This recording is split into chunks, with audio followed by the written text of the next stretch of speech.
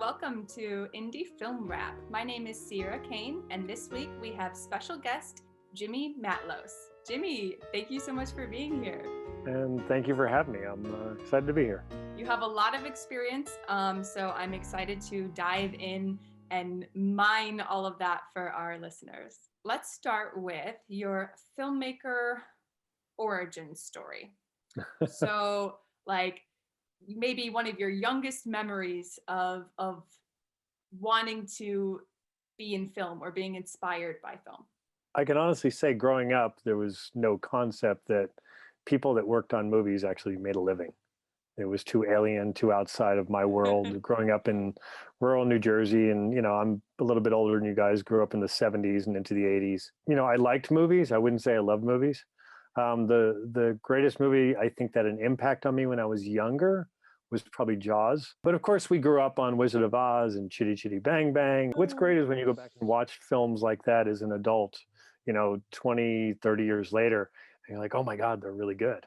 Yeah. Like I even went back, because now I have kids. My kids are 20 and 22. Okay, And cool. I grew up watching, Abbott and Costello and The Waltons. Those were shows that were staples of my youth.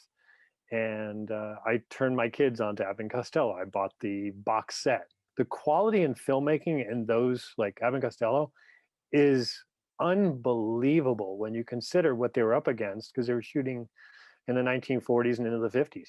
Oh, yeah. I mean, so I come from an acting background, and in grad school, we studied comedy. And I've always kind of been drawn to vintage things, but I was so impressed with Buster Keaton and Charlie Chaplin, and not only the filmmaking, but the amount of prep and rehearsal and setup that goes into, to get one take or one shot, because film is expensive and they only had one or two takes. Yeah, and if you studied Charlie Chaplin and you had ever seen Gold Rush. I mean, I had seen Gold Rush, of course, in film school, and then probably hadn't seen it for 20 years and watched it a few years ago. And I watched it by myself and I was laughing out loud how good it was. And I highly advise anyone who's into film, watch those films. And, when people complain that, a Canon 5D is too heavy. Think about what they were dealing with back then and pulling it off. Yeah. And making really good films with limited takes. They couldn't run the camera for, 20 minutes to get it right. So that sort of filmmaking is great to look at, and it's great to appreciate, and it's great to understand. And it really is the origins of filmmaking and storytelling in this format that we now call film. But to go back to your question, I didn't even consider it as an option. I went to college, originally started in audio recording. Music recording. That was my connection to the arts. I always migrated towards the arts, but never knew what my artistic talent was. I couldn't paint, I couldn't draw. I grew up and I loved music. I always had a fascination with it. And then, like anybody does, you run into a couple friends in high school who have a band, and then you start hanging out with them. And I'm not the kind of guy that's going to be a groupie. I have to do something. So I became the sound guy. And I started doing the live sound, and then I took some classes and worked in a recording studio. That was I thought was going to be my path, was to be a music engineer or a recording engineer. Yeah. But at the same time, I found it to be two-dimensional. It was very limited. How so? It didn't have. I mean, music is amazing if you're a musician, but for me, if I was recording it, there wasn't that extra tangible creative aspect. It felt like it was 70% technical and maybe 20-30% creative. Yeah. And then when I was in school, finished my audio classes really fast, and it was like, well, to finish your degree you have to take these photo and video classes. And it's funny, I actually resisted. And why do you think you resisted? What about it were you like, I think I was scared. I think I was afraid. I think I didn't know how to take a picture. I didn't know anything about the process, the technology, anything about it. I didn't grow up with a camera in my hand. And it was interesting. We were talking about Roger Deakins earlier, and I was so pleased to hear that really he had never held a camera until he was like 23 years old. Wow. So, it's interesting. You always hear these stories about the Wunderkind who, oh, when I was 4, I was making home movies on a Super Yeah. 8. And then you hear Roger Deakins, one of the most celebrated cinematographers in our lifetime, who'd never touched one and seen one until he was 23. And, And I think those so it's those so, stories are great to hear, because a lot of listeners, I think, are maybe identify with what you're talking about, where they just like want to be involved in the arts, but they're not quite sure what. And I think sometimes there's a pressure on young people to figure it out and have it, after high school, you have to figure it out and you have to know what your major is going to be. And it really should be more of an exploration, and yeah. like you were talking about, on like studying something versus being on the job are often very different things. Yes, we hear these stories. I mean, all the way back to Orson Welles. Orson Welles being Yeah. he Oh, was truly a wunderkind. He was reciting Shakespeare when he was like 6. But you can't compare yourself to anybody. Yeah, I think there's a lot of pressure for creatives and creatives in general and filmmakers and everything to be amazing out of the gate. yeah. And so Oh, if we combine my school education, I didn't know exactly what I was going to do until almost halfway through school. Happened to meet 2 friends in college who knew more about filmmaking than I had ever imagined I would know in my life. I mean, they read, mhm. I forget what the magazines were back then that taught you how to do special effects and movies. I didn't read any of that stuff. And we got together and we made a student project. I think it was my sophomore year in college. It was a short film, um, called 2025, and the concept was that in the future, um, we would be rounding up people who had AIDS and sending them to our global prison, which was Cuba. Oh. So we weren't too far off with some things. Luckily, we treated people with AIDS a lot nicer in our current future.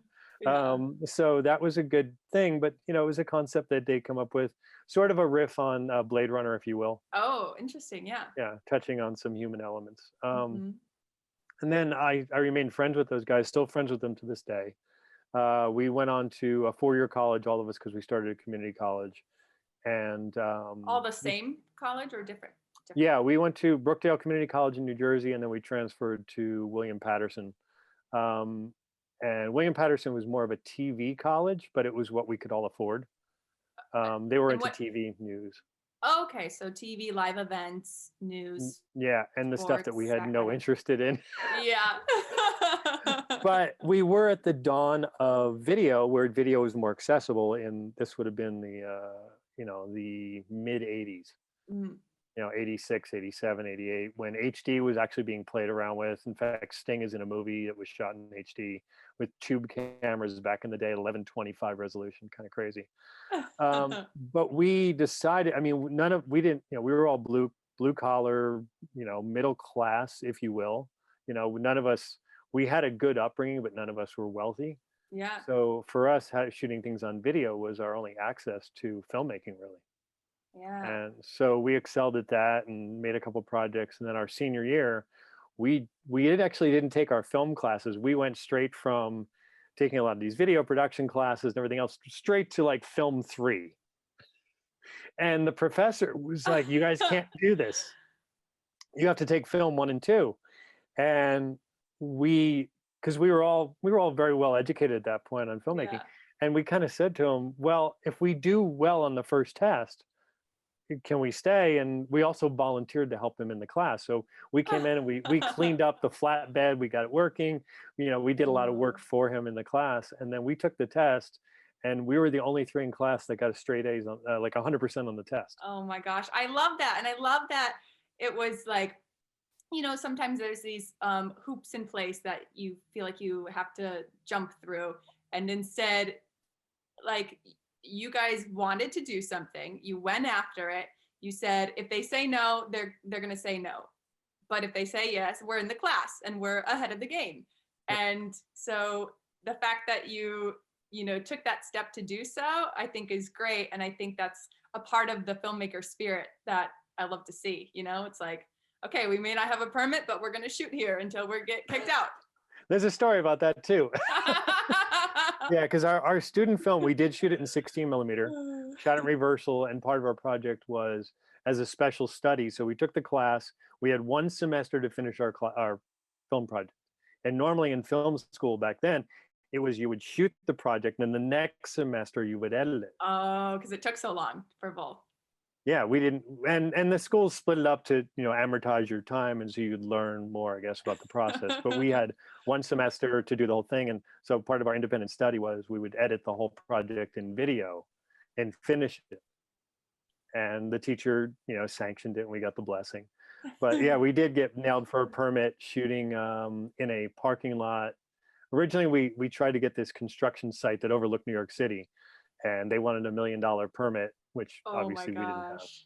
Yeah. And so there was a parking lot, right? There was this huge parking lot right next door for a hospital.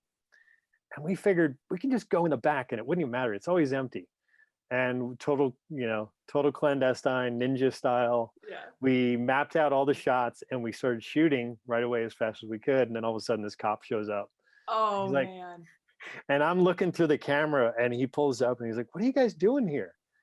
And I looked at him and just, I don't know why this came to me. I was like, "I don't even know where I am."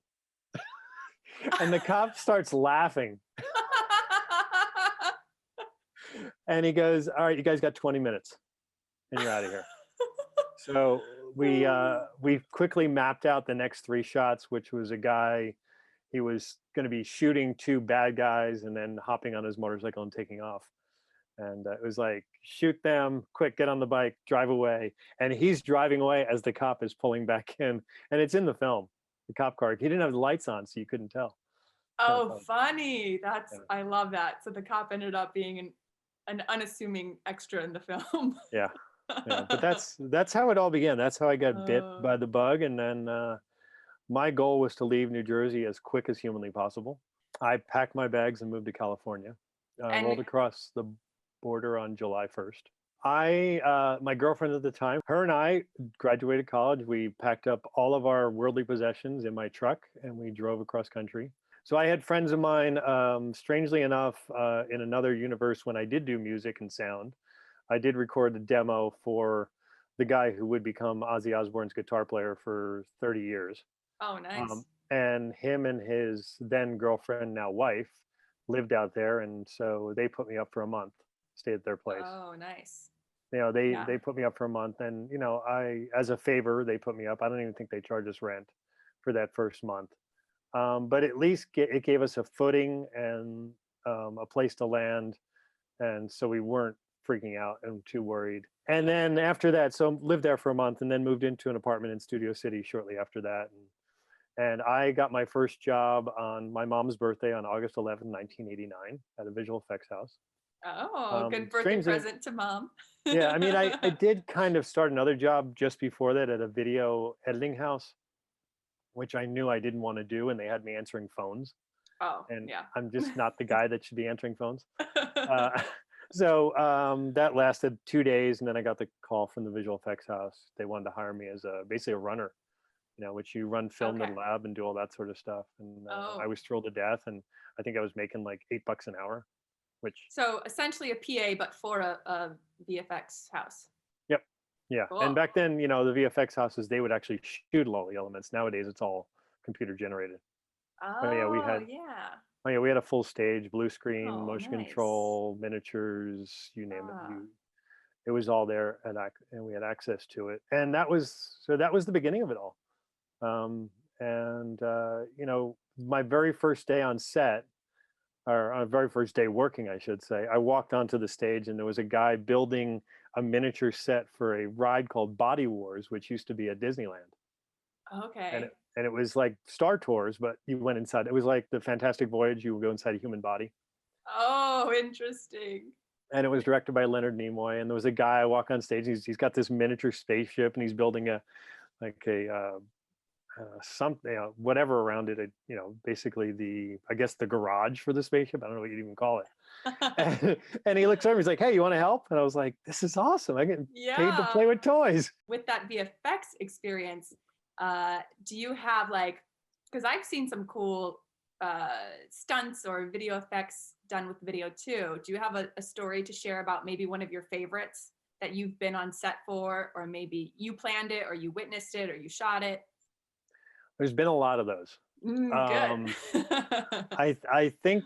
One of the last shots I did before I left the company was actually kind of fun. It was for Honey, I Blew Up the Kid, which was Uh, the sequel to Honey, I Shrunk the Kid. If I'm yeah. sure a few of you have seen it. There's a shot in the movie where the big bunny, the stuffed bunny that got blown up to giant size, gets dropped from a helicopter and falls towards the camera. And actually, that was a oversized miniature. It was like this 8 foot tall stuffed rabbit we had, and I had to rig the rabbit on motion control. So we had a rod going into its back so we could stand it upright. And then I rigged wires off the ears, the arms, and the legs that went Wow. back behind the rabbit, up into the rafters, over pulleys, and all controlled by motors. So you could puppeteer the rabbit. Yeah, so it's a giant And puppet. yeah, and then the camera was pushing towards it as it, so the camera, let's see. So the camera is here and the rabbit's here, and the camera's pushing towards it and the rabbit's like flopping, and then it goes into frame. Uh, So that was and one of the last shots I ever did for them. It was kind of cool to leave the company. wow. Do you know if if the company built the rabbit in-house or like ordered this 8 foot rabbit from somewhere? That was actually from set because they had oversized stuff on set. So that was the actual thing that Disney made for the show. Oh, wow. Yeah, I That's mean, we cool. worked on, we worked on Edward Scissorhands. We did a lot of the title sequence for that, and then we did a lot of pyro. Blowing up stuff was Okay. really fun, and then the pyro experience I had, because I had a lot of experience being around explosions. Luckily, I only got hit in the finger once with shrapnel, so Oh, only wow. one injury in many, many, many years of explosions. And then I got to work on a project it was a promo for the Who through VH1, and on that we got to blow up drum kits, guitars, and bass drum and kick Oh, uh, uh, amplifiers and all this stuff. And just I think we only had one shot that we had a take two on. Everything else we nailed it on the first take, and that was fun. And so that was as a cinematographer. So that was somewhere in 2006 or seven, whatever that was. okay. So then from VFX, what is the transition into cinematography? Well, strangely enough, that had always, whether I knew it or not, that was my path. That's Okay. what Yeah. called to me. That's what spoke to me was proper cinematography, shooting live action, all that sort of stuff. And but having the background in visual effects was, unparalleled in education, especially where I came from. A skill set that doesn't even exist anymore. Nobody shoots miniatures really Yeah. anymore. Nobody shoots on film that way. And all the other experience I had, even shooting blue screen, green screen, when we shot them on film, you had to be near perfect. Yeah. If there's a wrinkle, right, it'll mess up or. Yeah. And nowadays, people throw up like a green napkin and they pull out a full of mat. that's that's one of our tips for young filmmakers. Just get a green napkin and just there we go. or not, but it's crazy how far it's come in what feels like such a short amount of time. But having that background, yeah, and I felt like I had always been drawn to proper live action cinematography, and getting there from where I started um, is a bit of a challenge. Mm, And I can honestly say, even to this day, but in yeah. filmmaking, if you start in one place, it's really hard to jump the other way. So you Um, get pigeonholed to a degree, or people just see you as that, so then they contact you for that. Is that kind of yep, and only yeah? that. And I Mm, remember when I had and even to this day, I will be on a commercial and they'll hire me specifically to shoot one thing. And I always ask, I'm like, do you have somebody shooting live action? Because I can do that too. And sometimes people are dumbstruck. They're like, what do you mean you could do that? And yet they hired me to be the specialist to shoot the really difficult thing. yeah. So it's kind of interesting on that Mhm. level, but I don't. I mean, obviously, I don't regret a single day of it. It got me in the industry, and I've learned so much. And I think for me, like I said, the goal has always been to shoot live action, to shoot, you know, actors, to work with actors, to work with talent. And then, so the way my career went is that after I did the visual effects house, then I got into being a camera assistant. Then I got into being a specialized technician with high speed cameras, which allowed me not to have to work specifically with one cinematographer. It's just Mhm. not my personality to cater to someone like that. So I got into the specialized camera work, which gave me access. When you're working with super high speed cameras like that, chances are they have a budget, Mm, which that's a good means point. I'm working with A-list talent. So I was Mhm. working with some of the biggest cinematographers and some of the biggest shows that were being shot in Los Angeles. And I got to work around them. And a lot of times you'd have a lot of downtime because I was specialized. So I could sit there and observe how other people were acting, from everyone from the PA all the way up to the DP, the director, how they would interact on set, how the Yeah. set would work. So I had a really good education that way to see how everything went, how everybody worked, what people did, what people didn't do. So when the time came for me to climb up the ladder, I felt very comfortable because a lot of what we do as humans is we just emulate other people. I'm curious from the acting side of things, because I've never worked with a high speed camera. For actors, is there anything different that they need to note in terms of um, what they're what they're giving, what's coming Don't move across? slow. I kid you not. I mean, one of the most common things we'd run into, and because now today I still shoot a lot of high speed in digital. I actually wrote a book, not the book, but I wrote the chapter about high speed cinematography for the Visual Effects Society. Oh, cool. Um, and one of the things we'd run into is a lot of times when you tell an actor you're shooting something in slow mo, I kid you not, they start moving slow. I've worked on a lot of different projects shooting people in those situations. And granted, like if you're working with an athlete, athletes can't slow down. They don't work that way. I did one of Mhm. the cool shots we did a couple of years ago for it was a Chevy commercial, where we shot a guy throwing a fastball, and I wanted the ball to be released out of the hand just when he threw it like that. Mhm. And basically, we have to figure out roughly where he's releasing the ball because my frame is, I have 12 inches, Wow. and he's got to hit his mark, and he's not going to change Yeah. his English and his language to hit that mark. We just have to kind of guess where it's going to be. Huh. And the AD goes, "Well, can you throw it slower?" And the guy looks, he just looks over. He's like, "No." And yeah. But yeah, I mean, for actors and stuff, I mean, it used to be that we'd have to bring in, 40,000 watts of light. That's still occasionally the case, where we're bringing a lot more light than usual. Okay, so But the very, camera, very high exposure. very, very hot. Okay. I did a shoot with Shaquille O'Neal years ago where we were still shooting on film, and I was burning 350,000 watts of light. Whoa, because this is before LED and Yeah, even LED, it's hard to get the throw that you need for a large space. And I shot him Okay, on green wow. screen playing basketball. It's a very big space. Yeah. And I was concerned because Shaq's a big guy and we know he perspires. And I was concerned that he was going to be, not real thrilled about it. And he walks up right up to a 20,000 watt light, goes up to it and goes, "Nah, that feels good." And I realized at that point we were in good shape Good, because he liked yeah. the heat. Yeah, but then I did, then I got to do LeBron James at 1,000 frames per second, and we had, Wow. well, on that one we were probably burning close to 350,000 watts in digital, Wow. but I had to light an entire gymnasium, Yeah. and Oh. the directive was they wanted it to look like a normal day, so they didn't want it to look like it was lit. Oh, of course. Yeah, no. Yeah, no, and a lot of people do that. I see a lot of people shoot high speed, and the first thing they do is they'll take a giant light and they'll be like, "Okay, Sierra, we're going to take a giant light and point it at your face because we need a lot of light." And it just, no, you don't. It's You don't need to do that. You yeah. light the same way you would at 24, just with bigger heads. Okay. Yeah. But Cool. I've seen a lot of people will waste their biggest light pointing it straight at the actor's face because they think they're lacking exposure. But I light the same exact way I do for 1,000 frames as I would for 24. Um, Okay. as the old saying, a gaffer friend of mine always, he said to me, and I'm sure he heard it from somewhere else, all good light starts towards the lens. So meaning that the first thing you do is you set up your backlights, point them towards the lens, Uh-huh. edge your talent, and then bounce accordingly. Jimmy, thank you so much for being on the show.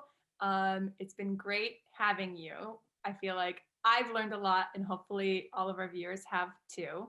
And where can people check out your materials? Where's the best place for them to go? The main website would be jimmymatlosz.com, and then my production company website, which is the idahofilmcompany.com. Thanks for being on the show. Thank you, Sierra.